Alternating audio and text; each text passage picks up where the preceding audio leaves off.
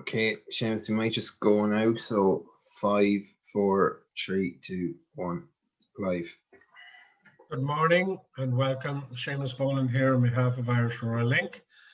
And as you come into the conference and to the consultation room, I will begin in doing a few housekeeping rules. As you know, with Zoom, you need to keep your microphones off until you're speaking because it interferes with sometimes the broadband, but also noise in the background, and it helps to do that. Otherwise, you will see at the bottom of your screen a box for chat. If you press that, you'll be able to type in any questions you wish during the presentations. And in some cases, you may even find that they're being answered as you type them in. Other than that, you're all welcome to, I think, the final of our consultation series on the shaping of the future of electricity.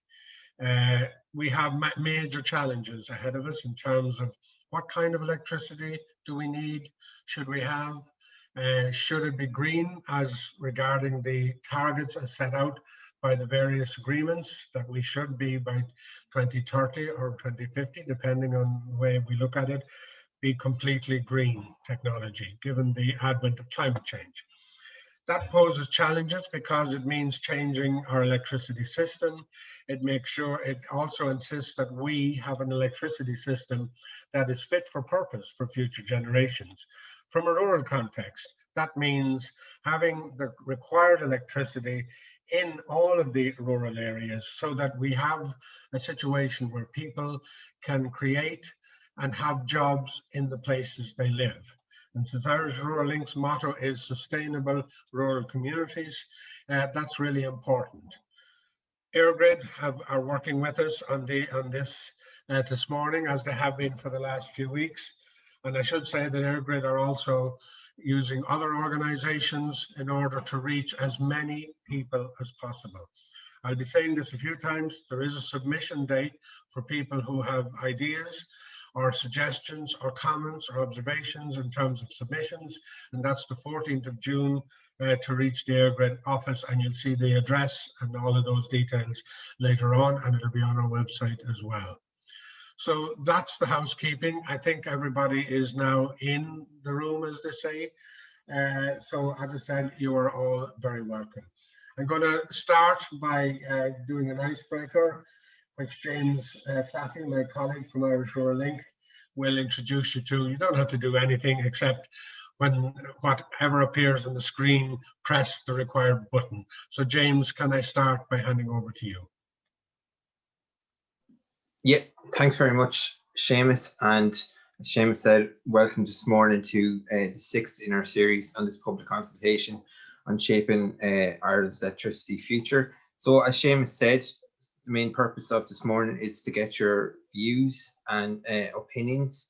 So we're just going to do a quick icebreaker this morning, and I just get my technology working, and of course it's not working when we want it to work. So what I might just do is do it this way instead. So if people can see that in front of them now. Yeah, so if people just go to slido.com, and if you enter the code 940833, and when you go to that code, a question will come up, and it's around our need to have renewable energy on the grid, sources of renewable energy from the grid. Apologies tomorrow now, I should have the live results up free, but my screen is acting up as technology always does. But just to say that again, if you go to your Google search and just go in slido.com and type in the code, and maybe Seamus, if I can get my technology working, we might come towards the results at the end of the workshop. Apologies for that.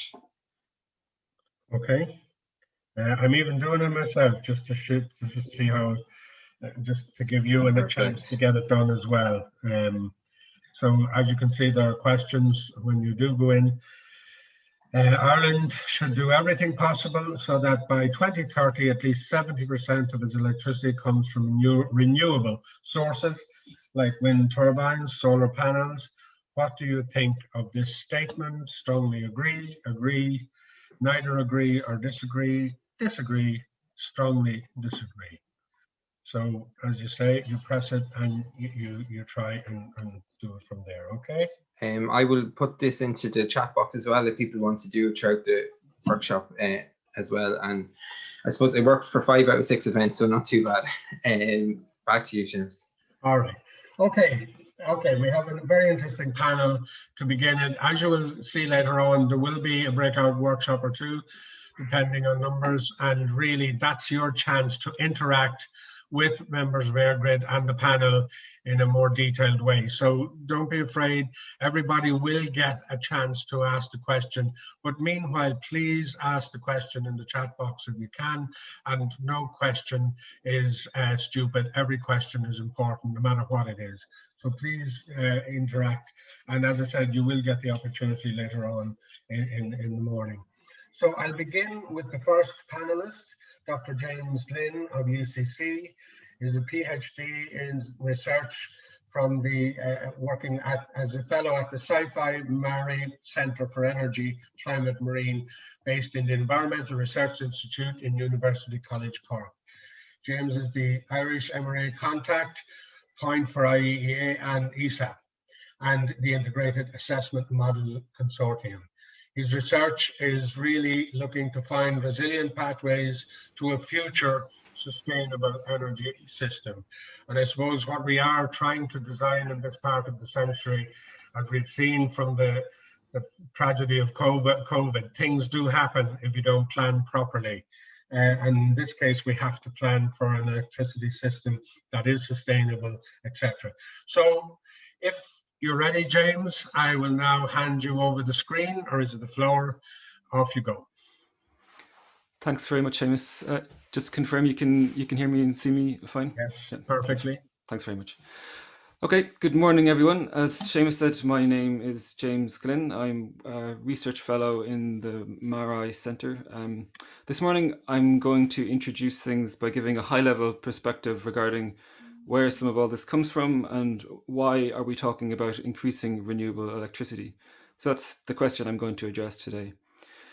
As Seamus said, I'm from the Marai Centre, which is one of the Science Foundation Ireland's research centres in Ireland. There's 17 of these centres, and we are the centre that's focused on 3 topics: energy, climate and marine. And as you can see at the bottom of the slide, we are we're hosted in UCC, but we have many other universities and institutions across the country that are also involved in Marai. So we have 3 aspects to our to the impacts that we aim to achieve from our research. We collaborate with industry. That's one of our main impacts. We also do research that informs policy and informs governments nationally and internationally. And thirdly, we do research that aims to empower society. So we co-develop solutions with communities, with citizens around the country, including, for example, in the southwest, the Dingle Peninsula 2030 project, and a very successful Imagining 2050 project, where we're trying to empower local community groups with knowledge about climate and designing their own future from within the community rather than from the top down. So climate change is happening. The science is very clear, and it has become clearer and clearer that climate change is happening.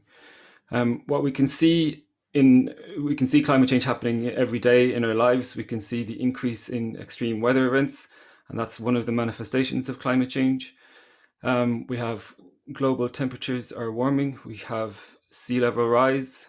We've seen increasing extreme events like floods in Cork.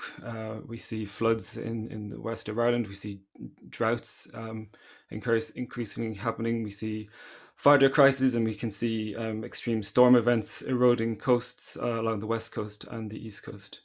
So flooding is becoming a particularly strong indicator of climate change in Ireland. So the climate science is clear that climate change is here and is getting worse. The other thing around why the climate science is clear is that, and why it's happening, is it's due to human activity. So we've seen that climate change is due to what humans are doing. And this chart represents what's happened globally since 1950 and what humans are doing. So we see this pink line represents population growth over the last 70 years. And as population rises, the world has increased its use of energy, and most of that energy has been delivered by oil, coal, and gas. These fossil fuels release carbon dioxide emissions when they're burnt, and that's what's contributing mostly to climate change. There are other elements to climate change of human activity contributing, so notably agriculture, industrial process emissions. But today I'm focusing just on the energy dimension of climate change. You can also see from the bottom that we've developed some small levels of low carbon and zero carbon energy forms as well. So we've seen an increase recently in wind and solar, and we've had a long amount of hydropower that we've used. But you can see the scale and the difference between the amount of oil, coal, and gas and the amount of wind and hydro that we currently produce. Our collective challenge on the planet over the next decade is to significantly change our energy system. We need to reduce the consumption of all these fossil fuels of oil, coal, and gas. And you can see that we've been in the future, or where we've been in the past. And in the future, we need a dramatic change. We need to rapidly reduce the amount of oil, coal, and gas that we produce. We need to increase hydro, and we need to increase zero carbon energy forms, so wind and solar and bioenergy. So we're at this very dramatic tipping point in terms of what we need to do in the energy system to deliver what's required to reduce our emissions to zero and to avoid future climate change impacts. And so why is this important? So citizens are seeking action. The science is very clear, but it's also clear that increasingly citizens are demanding action. Our young people are particularly and correctly so, putting it up to the rest of us to change the ways we're doing things so that we have a planet that we can be proud of and that they can enjoy and into the future, and that we can sustain ourselves with. So in Ireland, what's been happening over the last number of years, you can see this graph going back to 1990. The blue line represents greenhouse gas emissions over the last 30 years. And what we can see effectively over time that our greenhouse gas emissions have risen, have plateaued over the last few years. Our policy system and our policy leaders and industry leaders and broader society haven't really engaged particularly well in the climate change debate until more recently. But what we're seeing now is that that there's this ambition that's represented by these two green lines. That very significant change is now being put into legislation, into policy. So this green line is effectively a graphical representation of what the climate change bill and the revised climate bill that we're looking to cut our greenhouse gas emissions in half by 2030 and get rid of the other half by 2050. Excuse me. So we have the science, and the political leadership is starting to emerge now. So the science has been clear for the last 30 to 40 years, but it's only recently that the political leadership is starting to emerge on this topic. So looking at this then, what does this mean in more detail then for Ireland's greenhouse gas emissions? Well, I've mentioned, we have these greenhouse gas emissions. So where do they come from? This chart is a representation of the different things that contribute to our greenhouse gas emissions. So you can see the role of agriculture. It's about 33%. About a third of our greenhouse gas emissions, and you can see that the rest is coming from different parts of the energy system. So electricity production in the top left is coming from emissions coming from coal, coming from gas. On the bottom right, we have transportation. The emissions are coming from consuming petrol and diesel in our cars and trucks. And then we have our homes, where we're consuming gas and oil and a bit of electricity for heating. So the challenge that we face is is that we need to reduce all these emissions and change the energy system that produces the different types of energy that we need for each of these things. So what we're talking here about is the electricity part, but not only electricity part, because electricity right now is just mostly producing light and motion for different parts of the energy system. But in the future, it can also produce heat and can produce transport for electric vehicles, for electric buses and electric trucks. We all can also have heat pumps at our homes to provide heat in the form of electricity for our homes. And in that way, electricity can become a significant delivery mechanism for emissions reductions into the future. So we've many different opportunities and many different ways we can generate electricity. In Ireland, particularly, our wind resource is very strong. It's the envy of many nations around the world, both onshore and offshore. So in the top left, we have wind turbines up on the hills, and in the offshore, and the bottom right, we have wind turbines offshore. With many other opportunities, Ireland is a world leader in developing ocean energy technologies in the top left. We have these types of heat pumps that are already being installed around the country to provide basically a refrigerator in reverse to take heat from the outside ambient air and then pump it inside. We have solar panels on our roofs to generate electricity, and we can use some forms of wood chips and bioenergy to heat our homes and in some cases generate electricity. So we have lots of different opportunities, different technologies. We can also see that we have biofuels that we can use at the current petrol stations or fuel stations that can remove petrol and diesel and have biological liquid fuels. We can generate hydrogen on the top right from surplus renewable electricity, renewable wind. We can put this hydrogen then into fuels that will power our trucks, or we can have the hydrogen can be used to provide flexibility in the electricity grid that can also provide electricity in our cars. So why renewable energy? And we have lots of renewable energy in Ireland. So as I mentioned, with wind energy, we have a lot of it. And on the left-hand side, here you can see the onshore wind energy resource in Europe. And on the right, you can see the offshore wind energy resource in Europe. So the purple and red is where the wind speed is very, very high, and the yellow and green is where it's very, very low. And as you can see, that Ireland has possibly, along with Scotland, the best wind energy resource in Europe. So we have a lot of wind and a lot of potential and a lot of expertise in capturing this wind energy. We also have a significant track record of capturing this wind energy in Ireland. So when I said we have this very significant track record, you can see this chart is showing electricity or renewable electricity generation over the last 15 years. And we've gotten very, very good at generating renewable electricity in Ireland. We're world class, truly world class at incorporating renewable electricity onto an island grid. So in 2005, we had roughly 7% of electricity coming from renewable energy resources. And as of about 2 weeks ago, we had 43% electricity coming from renewable energy, which is one of the highest in Europe, or highest in the world. So it's a phenomenal achievement in 15 years to effectively grow from 7% to over 43%. We have this opportunity to build on that and to further develop our renewable energy potentials. We have this potential that's untapped on our offshore. Wind energy is this wind energy resource is very significant, and it's a key opportunity that we have going forward to remove carbon dioxide out of our energy system.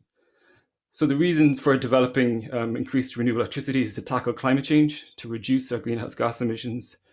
We have a very significant wind energy resource, and we've been very successful at harnessing this to date. And that's effectively the message that I want to leave you with this evening, or this morning, sorry. I'm looking forward to the discussion.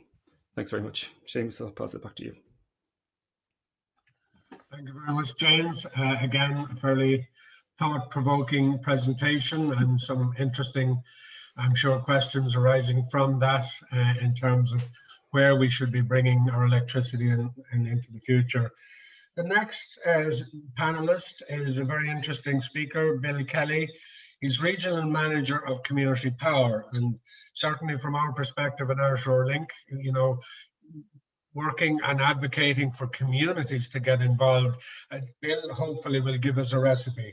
He focuses on the training and education of community groups in preparation and presentation of their energy generation projects in the RES option framework.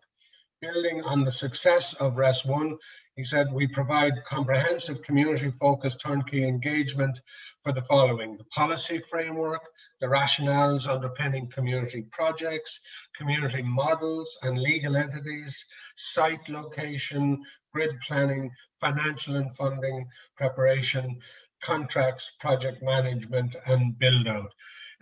This is a good opportunity to see, can communities in the old tradition of rural communities getting involved to do their own thing, can they take advantage of this? So Bill, you're very welcome. The floor and the screen is yours.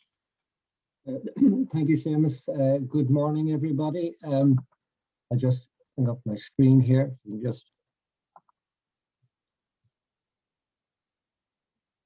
bear with me for a moment. Okay. Yeah, it's okay. Can I see that? Great. Okay. So my message this morning is that there has never been a better time for communities across the country to become involved in the green energy transition and thereby generate sustainable, substantial revenues for their communities.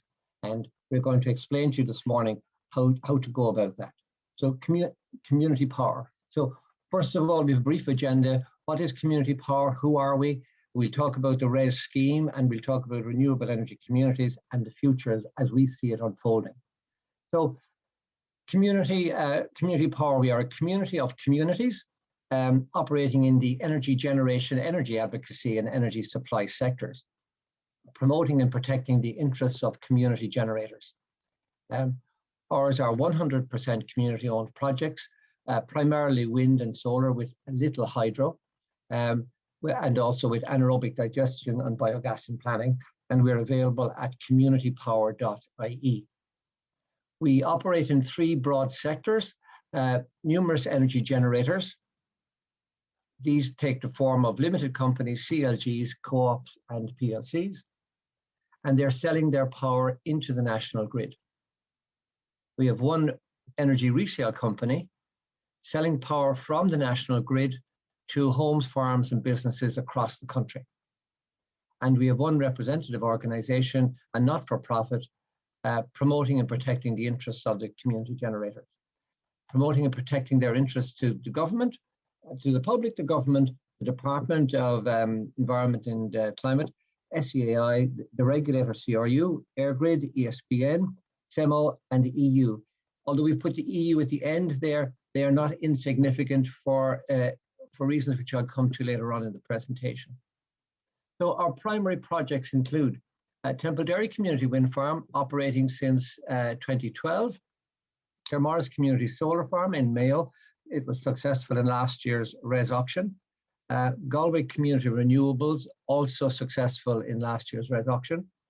The resale company trading as community power, and the nationwide CLG for the promotional company protecting the interests of the generators. Looking briefly at Templederry, it started as a community development initiative, and it is where the community power model was conceived and developed. It comprises 2.3 megawatt turbines, 4.6 in total, and that's the equivalent of, generates enough power to power just over 3,000 average Irish homes, and it generates a gross turnover of 1.1 million per annum. In fact, it's just over 1.1. And we believe that every parish in Ireland should have something similar, be it wind, solar, or a combination of both. At CLAREMORRIS Community Solar, it's where the community power model gained traction. It's a collaboration between the CLAREMORRIS community and Mayo County Council, a 5 megawatt solar facility, a repurposed former municipal landfill site, and we're also introducing native flora and fauna onto the site as well. And from conception in 2019 to build out at the end of this year, we're talking a 3-year turnaround, which COVID may push slightly into Q1 next year. And here we have Mayo County Council congratulating the CLAREMORRIS community on their success in the RES auction. The next one is the third leg of the stool currently is the Galway Community Renewables. Again, it's where the community power model gained additional traction, collaboration with the Barnaderg community, a 5 megawatt solar facility, Again, a 3-year turnaround from conception to build out. And again, COVID may push that slightly. And here we have the chairperson of the group talking to the 112 stakeholders, showing the site map, etc., of the facility. So I also mentioned that we sell electricity nationwide. We offer fair, transparent pricing, 1 month rolling contracts, so customers can leave whenever they wish without any exit fees, although contracts do apply, 12-month contracts apply on commercial and industrial sites. Important to bear in mind that money you spend with community power stays in Ireland to help communities to develop their own energy generation projects. We say to people, be the change you want to see, support the local circular economy, and you can sign up online at communitypower.ie. Finally, on this item, the resale company is very important in terms of protecting the floor price for community generators when their RES contracts end in 15 to 20 years' time. You do, as a generator, you want to be a price shaper rather than a price taker, most important. So going back to our agenda, who are community power? So the players on the ground as such are as follows. John Fogarty is our MD and Noel Carey, our finance director. Both John and Noel are founding members of Community Power and Templederry Community Wind Farm. Greg, myself and Sarah operate on the ground and the office is in Nina. On the back of Res 1, the Res 1 auction last year, the CLAREMORRIS facility has come on stream. And some of you may know JP Prendergast. JP is the chair of the CLAREMORRIS group. And he's obviously a founder of the CLAREMORRIS group, but also a founder member of Community Power. And a similar arrangement is rolling out shortly in Galway. Going on from there, I should also say that as we roll out in Res 2 and Res 3, we will have further offices around the country. So going on to back to our agenda, the Renewable Electricity Support Scheme. What is it? Essentially, it's a state initiative to incentivize the production of renewable electricity. It is an auction-based format where sealed bids are invited from generators or potential generators for the production of specific quantities of green electricity for a specific time, usually 15 years, at a set price. And it was introduced in 2020 and is expected to run in its present format for 4 to 5 years. The annual auction is divided into 2 sections, the community pot and the developer pot. The community pot is the smaller of the 2, and we are focused in our presentation today on the community pot exclusively. Now, it may seem quite small there as 1%, but that still is a sizable amount of power to be produced, and it's important to keep in mind that the state are allowing and facilitating communities to generate that power and to be paid for it. So, an overview of the community pot, 1% of the overall. The projects that can go in, that can enter that pot, they can be a maximum size of 5 megawatts and a minimum size of 0.5 megawatt. And to put that in context for you, the average Irish home will consume 4.2 megawatts per annum. So you're generating in your community facility enough power per hour to supply one house for a year. Projects have to be 100% community owned, and Community Power is lobbying to increase that 1% size of the community pot from 1%. And we would hope in time that as we develop the skill set around the country, the communities will be able to compete in the developer pot as well for larger projects. So this slide here I'm going to show you is taken from the Department of Climate Action from a roadshow which they undertook January last year, just pre-COVID. And they talk about the Templederry Community Wind Farm, that they acknowledge it stands alone, but they want to see, as you can see here on the right-hand side, a flourishing community of electricity generators. The key point to remember here is the middle word there, policy. The department are putting a policy in place to enable multiple Templederries.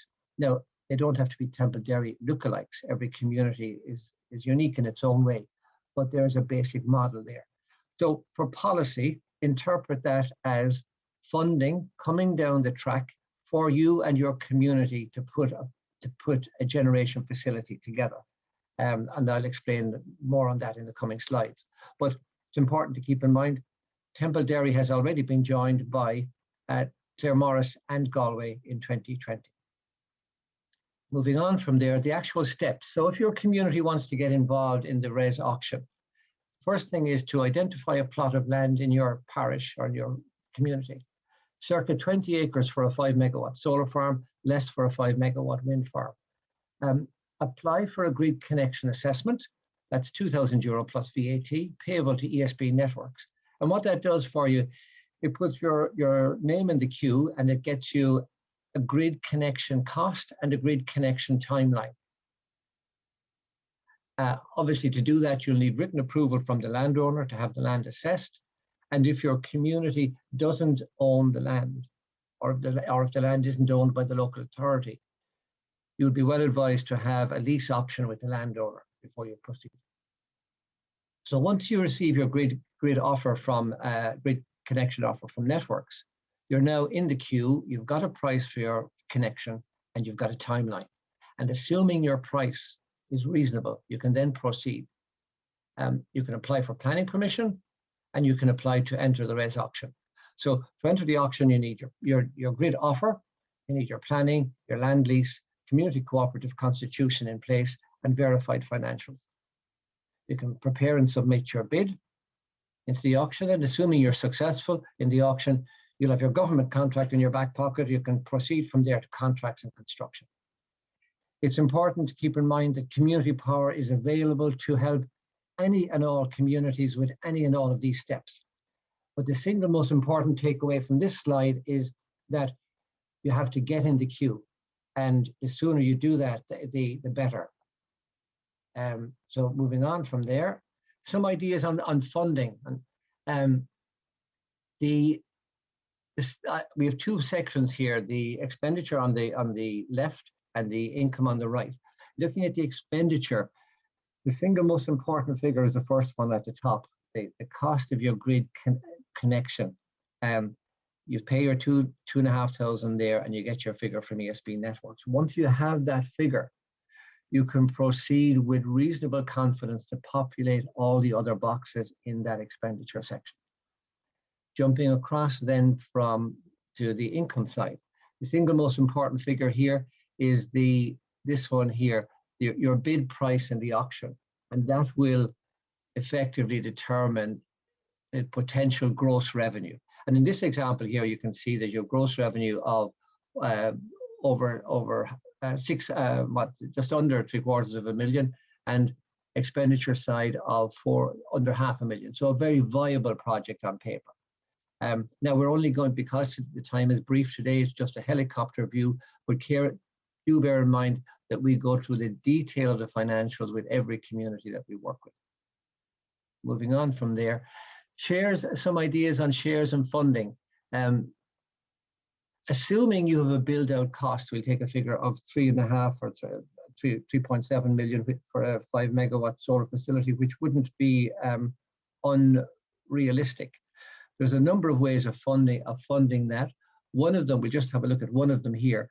And this is the one we intend using in Limerick for RES 2. We're issuing two types of shares, and I'll run down through them for you here. The A share and the B share. So the A share confers ownership. It has voting rights, one per person. It's not transferable. It does pay a dividend, variable dividend, and to be determined by the board in any given year. It does not pay a coupon, and it's targeted at locals. Now the B share, by way of comparison, it doesn't convey ownership, no voting rights, multiple B shares per person. They don't pay a dividend, but they do pay a fixed coupon, a fixed rate of return over a fixed number of years, and it's targeted at locals and non-locals alike.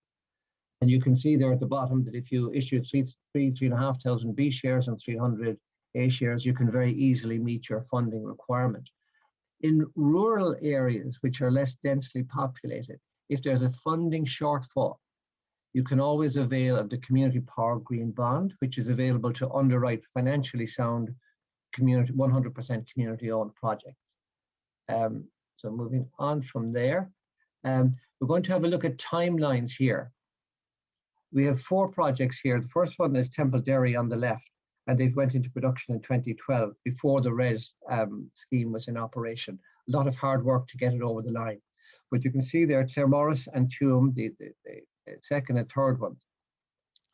We're talking there a 2-year timeline to get them from conception to construction, and they're in RES 1. In RES 2, we have approximately 30 projects preparing for RES 2. I'm just taking one of them as an example, the Limerick one, where we're hoping for a turnaround there of 12 months. Now that's very tight, and very ambitious. It may not happen, but we're certainly going to make the effort to try and get there. But it's the reason I put that there is to explain to communities, or to show communities, that the government are putting structures in place to enable communities to develop their facilities in fairly short order. So I would say to you, get in the queue, in the grid connection queue ASAP. Moving on from there then to look at the renewable energy communities and how they interface with the renewable energy scheme. So the renewable energy communities, known as RECs, it's a generic name for the community-owned company that will submit the bid into the RES auction. It must comply with all the rules laid down by the department. In order to get into the auction, you should ask yourself, how will your REC be structured? Who owns what? How will it be run? Will it have open, voluntary and inclusive membership, be transparent in operation, one member, one vote? That refers to the A shares there. Meet the RES requirements and more. Have a constitution that protects against mission drift. Have appropriate asset locks to protect the community assets. And here I'm comparing the RES steps on the left-hand side with the REC, the community legal vehicle. And it's important to keep in mind here that the third step there, getting your grid offer from networks, whereas you can do that with your legal entity set up. If you wish, you can do it without setting up the legal entity. Now, I won't go into the detail of that here. You can come back to me on the chat box on it. But if you want to get in there quickly, that is a method of doing it. Moving on from there, the future as we see it unfolding. In 2012, there was Temple-Derry on its own. In 2020, we're joined by CLAREMORRIS and Galway in RES 1. In 2021, we have just over 30 communities preparing for RES 2. Now, not all of them will make RES 2 because planning permissions might be delayed, etc. But the spillover will go into RES 3 and beyond. And we would say to people, be part of the movement, the alternative economic development model, enriching our communities both economically, socially, and culturally while saving the planet. And just to look at that graphically, 3 of us in 2020, over 10 of us in 2021, we would see that doubling to 20 plus in 22, and beyond that into RES 3, 4, and 5. And it's important to keep in mind that access to and ownership of the representative organization and the energy resale company, that's optional for each and every local generator. And finally, then the next steps, we'd say get in the queue, submit your grid assessment offer. At 2,500, it is the best feasibility study your community will ever commission. We'd say sign up with Community Power. And finally, as we look at Ardnacrusha, the hydro scheme in the 1920s, it was transformative for the young state. The RES community pot in the 2020s is transformative for communities in the 2020s. And we're currently at 17% of Ardnacrusha and growing. Thank you for your time, and I'm available to answer questions in the chat box. Back to you, Seamus. Thank you very much, Bill. You know, every time you do this presentation, I'm really, really inspired. And really, from an Irish Rural perspective, and you would understand this because that's our raison d'etre. We represent rural communities. We're a voluntary organisation. We really subscribe to community power and what it does, and really policy should include a lot more community involvement, particularly in effectively ownership if possible at all. So lots of questions, I'm sure, Bill, later on, and thank you for that presentation. I'd now like to go to Michael Mahon from AirGrid. And I suppose I'd say this before I just do the full introduction. Michael and his team, you know, they are very sensitive to the realities facing communities. I mean, in the early zeros, we would have said in Irish Rural Link, We need infrastructure. We need those who provide it to consult with communities a lot more and listen. And I think this is part of the exercise and why we're doing this morning. Michael joined EirGrid in 2019. In his role, he is responsible for planning and consents for grid infrastructure across the island, including public consultation processes and landowner engagement. He previously worked as general manager at ESB Smart Energy Services, has 20 years experience in the ESB and really knows his subject in terms of energy, but also community involvement, which I think will be his strength. Michael, I hope I've done you justice. If you're ready, the screen and the microphone is yours. Thanks very much, Seamus. Can I just confirm that everyone can see the slides? Yeah. Great, thank you. So again, just thank everyone for coming along this morning. Today, I'd like to just give you a quick overview of the current consultations that EirGrid are running. It's called Shaping Our Electricity Future, and really it's focused on the Climate Action Plan target of reaching 70% of clean electricity by 2030. So in terms of EirGrid, I suppose I just want to give a quick overview on EirGrid. I suppose we operate and develop the All-Ireland electricity transmission system. We also operate the wholesale electricity market. I'd like to emphasize that we don't own the grid, so we've no vested interest in adding to it, but we typically add or adapt or change the grid as needed to ensure continued security of supply of electricity and in response to government policy. And when I talk about security of electricity supply, effectively what I mean is the target to always ensure that we always have electricity going to all of the homes and businesses in Ireland. In terms of where do we fit into the overall kind of electricity industry, if I start on the left-hand side, effectively we have generation companies that are actually generating electricity. And in the past, they would have been largely fossil fuel plants using coal, oil, peat and gas. And more recently, in the last 15 years, we've seen a lot more renewable energy on the system, typically wind farms. So EirGrid effectively collect the electricity from these generation facilities and transport the electricity around the island. We provide that electricity directly to the large energy users that are connected directly to the transmission system. And we also provide it to the distribution system. And then ESB networks distribute the electricity to all of our homes and a lot of the businesses in Ireland. And then in the end, you have the consumer who looks at the market and chooses an electricity supplier that they want to actually buy their electricity from. And we operate the market between the supplier and the generators. In terms of electricity and the climate change targets, I suppose what we're trying to do is we're trying to move away from the fossil fuel generation projects that would have been probably the core of the generation, of the electricity generation in Ireland over the last 40, 50, 60, 80 years.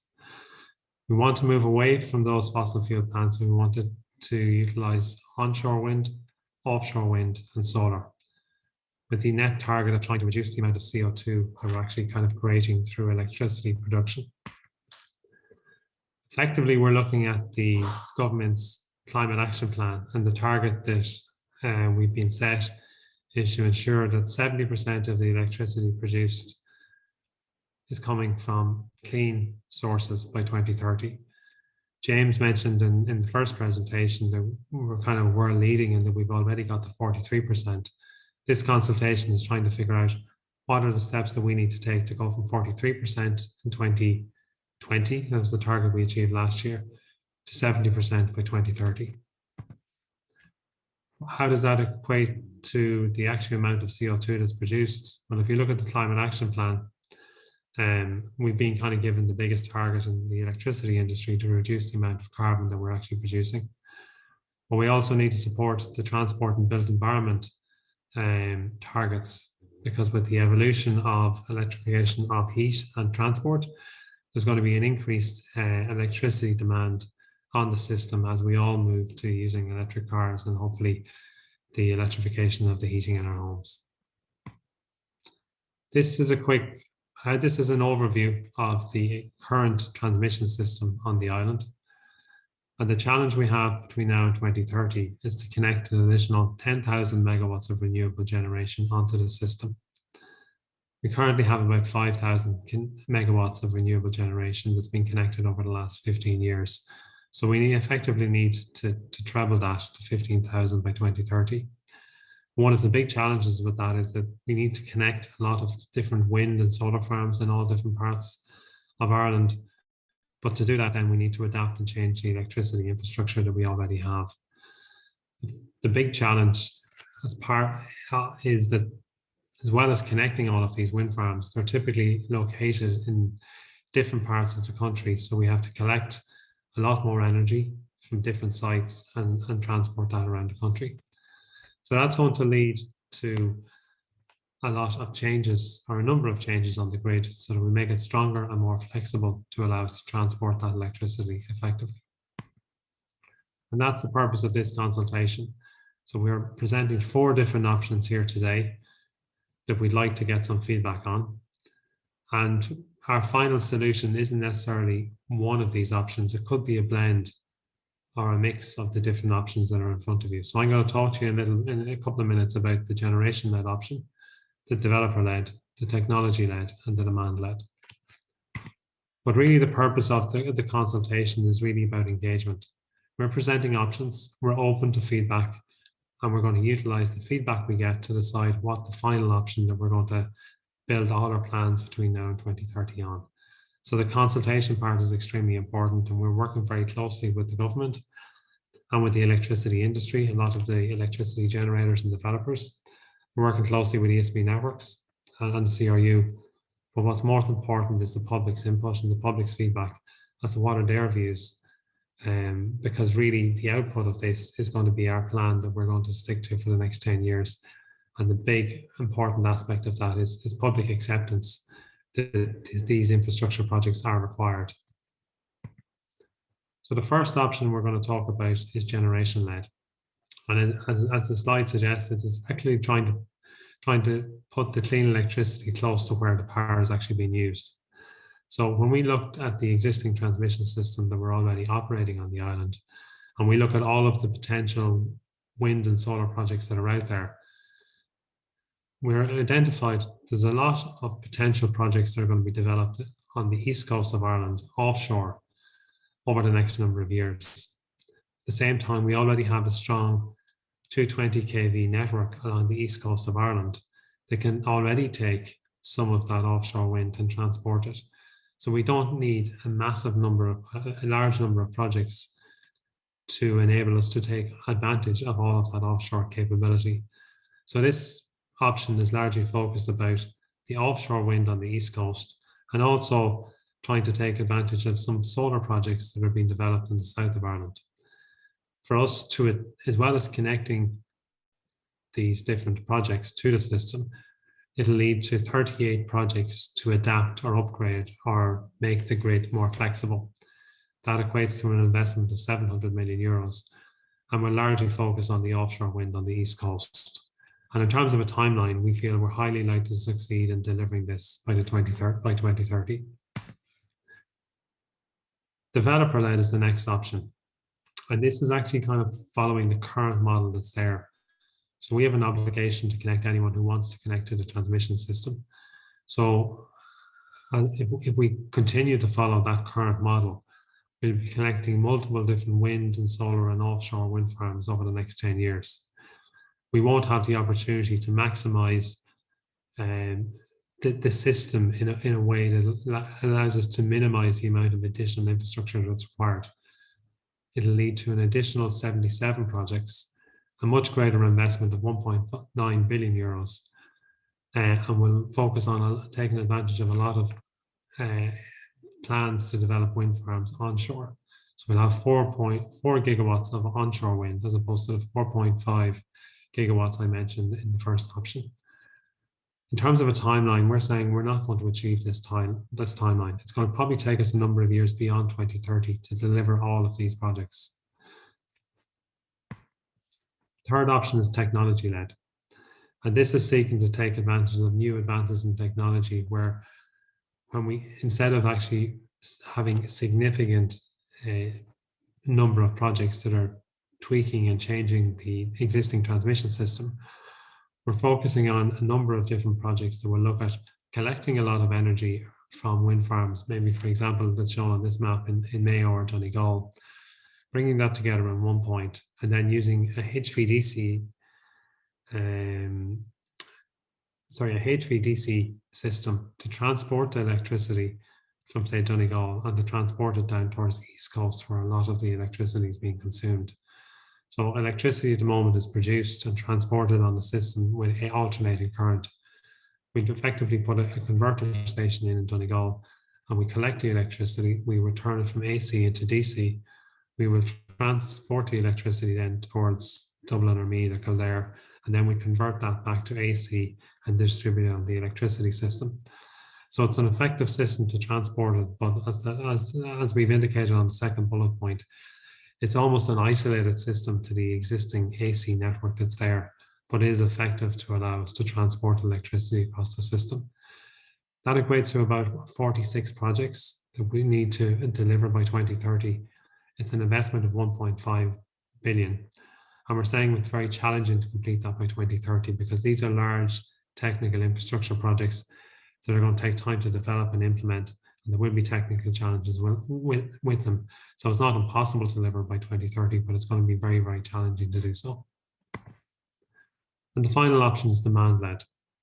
So this is really where we're trying to influence government policy to encourage any future large-scale energy user to connect to different parts of the transmission system, as opposed to focusing around the Dublin, Meath and Kildare area, which has happened a lot over the last number of years. For example, there's a lot of data centres that are building around Dublin at the moment. What we'd like to do is to encourage future developments to locate to Waterford, to Cork, to Limerick, to Galway, to Sligo, so that the large demand that's coming from these energy users is located close to where the clean electricity is going to be produced. That minimises the number of projects we need to deliver by 2030. We're talking about 41 projects, a 500 million euro investment. And we're saying that we can actually achieve this as well by 2030, but the challenge is to influence government policy and to influence the investment on these large scale energy users to concentrate in different counties as opposed to the kind of the East Coast area that's been the main focus for the last number of years. This is just a quick comparison of the 4 different options and how they stack up against each other. So you can see here we're much more confident about achieving the target by 2030 with the generation-led compared to the developer-led. But that's counter maybe to what the developers will have a preference on in terms of taking the developer-led option, which will see many more different projects kind of actually being built and connected and effectively transport electricity by 2030. So this is just a quick comparison between the two, and it's useful just to see how they stack up against each other. But again, what's important is people's feedback. This is our view on the challenges. It's not just about the challenges, it's about the people's feedback and how we select the final option based on the feedback we get from the consultation in the coming months. What I've talked about to date is more about how we plan the electricity grid. But there's 2 other aspects of the consultation that are relevant. One is how we're going to run the electricity market, and the second is how we're going to operate the electricity system. So the challenge we have when we're moving towards renewable energy, that it doesn't act or manifest itself onto the system in the same way that a large scale kind of power plant that's using oil, peat or coal would do. So we're going to need to adapt and change the electricity system. We also need to be able to adapt when we don't have the renewables available. So we do have situations where we have lots of wind one day and we have lots of solar generation, but the following day the wind could drop and the solar energy mightn't be there, and then we need to rely on a backup, because we can't at that stage, if the renewables aren't there, we can't just actually turn people off. We need to keep the lights on at all times. So to do that, we need to figure out how we adapt and change how we operate the grid, and how we ensure that we have backup sources of ideally large-scale gas generation in the future that can be brought on stream from when the renewables aren't going to be there. And in terms of the market, we recognise that we need to continue to, as well as drive down the price of electricity, we need to make sure there's an investment model there that attracts people to actually build the renewable generation, both onshore, offshore for wind and also the solar.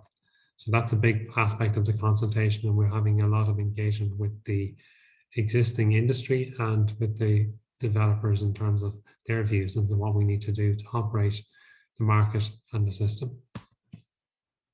So the 4 draft approaches are open to consultation. Your feedback is very, very important to us through this forum and through many other forums that we're actually running. So Seamus mentioned earlier that Irish Urban Link have been good to host a number of workshops like this for us. We're also working with Chambers Ireland, and we're hosting a number of workshops with different businesses across the island of Ireland. The National Youth Council have been running a number of regional workshops, and we had a youth assembly with them there in mid-April. We've had a couple of specific events with the existing electricity industry.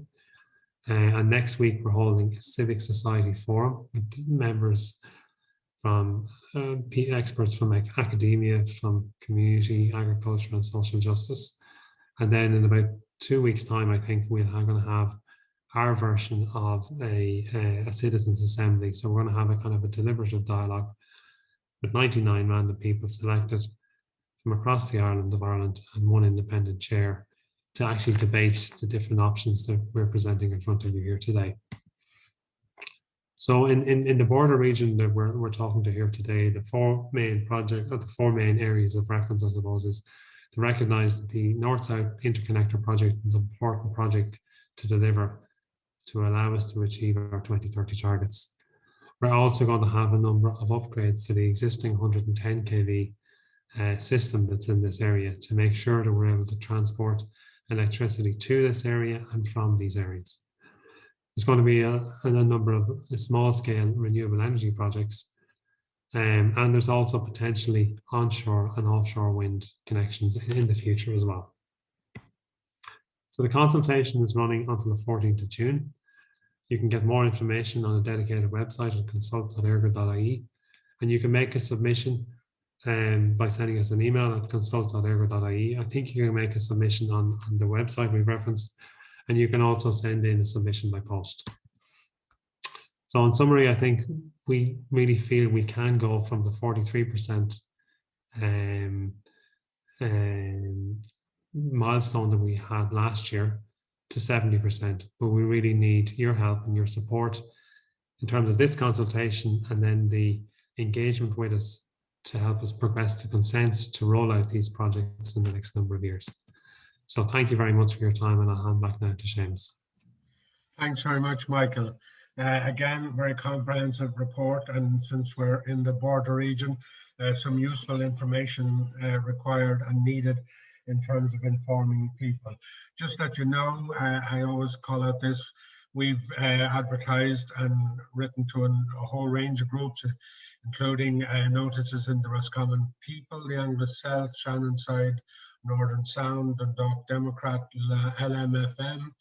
We've written to the PPNs, thankful for their assistance, Roscommon, Donegal, Cavan, Sligo and Monaghan, the volunteer networks, leader companies, IFA and JA personnel, our own membership, of course, the Wheel and other community champions. So we're reaching out to as many people as possible because from our perspective, there has to be as much community interaction on this discussion as possible. And I think I'm indebted to EirGrid for allowing us and for wanting to do this, because it's very much the culture of EirGrid these days. Right, in terms of the next session, I'm really going to maybe ask James to organize it. I think we're going to keep everybody in the same room and initiate discussions. But before I go there, just for Brendan to be on standby here, I think is facilitating. There's a couple of questions there. We might just take them first, and then maybe we'll properly, ask Brendan to facilitate. Bill, you've been asked about small hydro as an option, the average output, maybe you'll know that. There's a couple of other questions looking for templates as well. Maybe Bill, you'll take a couple of those questions if you can see them. Certainly, Seamus, yeah. Hydro is permissible in RES. There's no doubt about that. I've mentioned it briefly on one of the slides, but the big area in RES is solar and wind.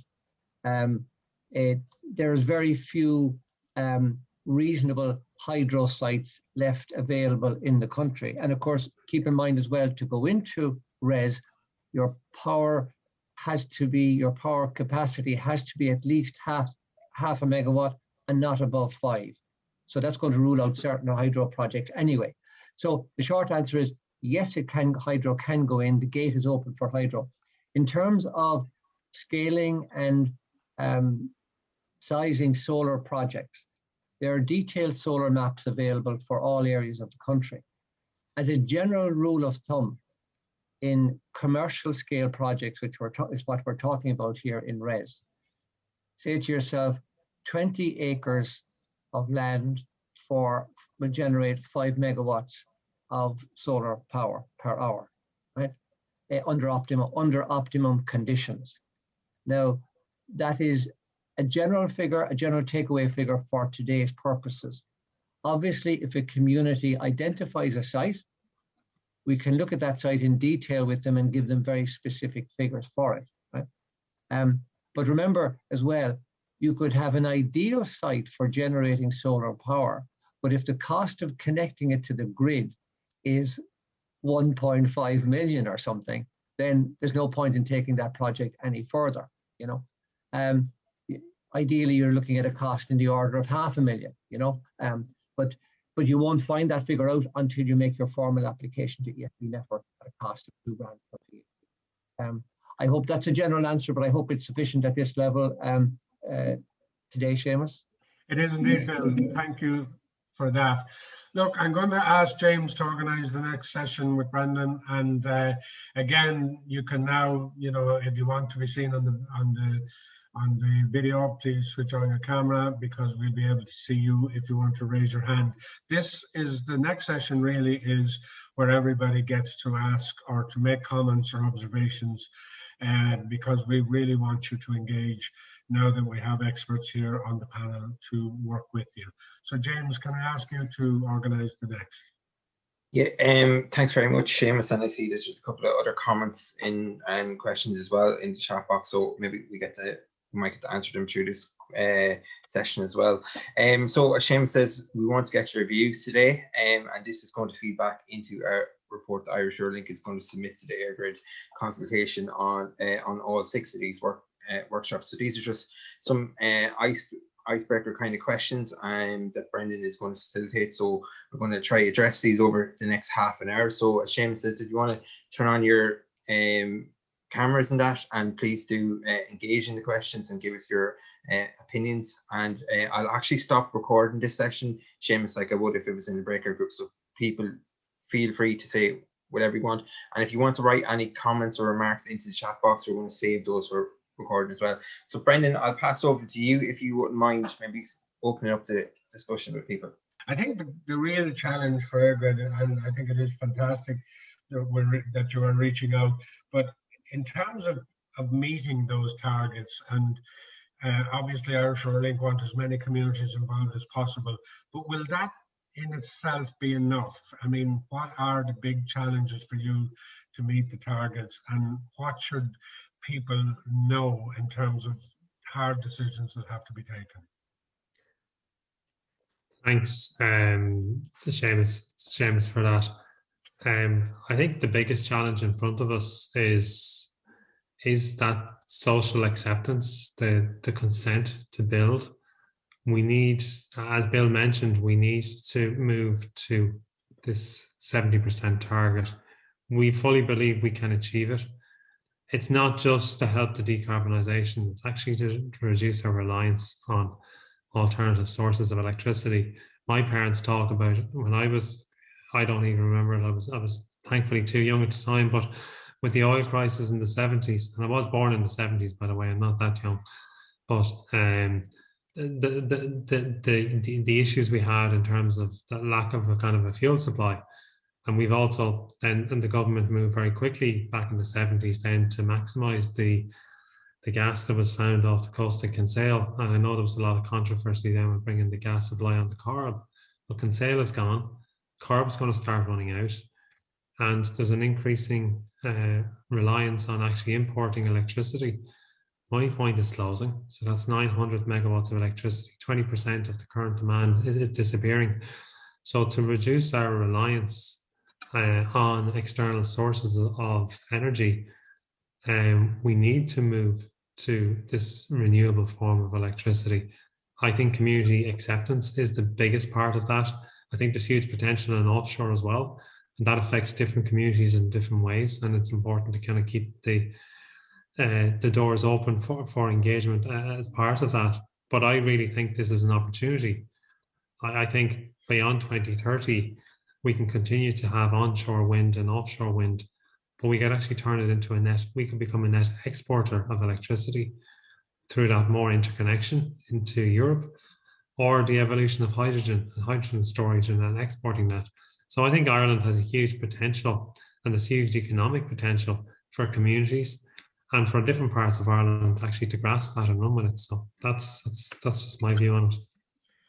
Thank you very much. And let me say, I think the challenges you outline are very, very distinct, are there to be met by all of us, and hard questions to be answered, because frankly, it does affect us in every sense of the word. It affects us where we live, if we're near this infrastructure. It affects us in terms of the power we get, and it affects us in terms of the potential jobs required to establish to keep our younger people in the rural areas that we so love. So that's all of that is ahead of us in terms of challenge, and this is why these consultations events have been really important over the last couple of months.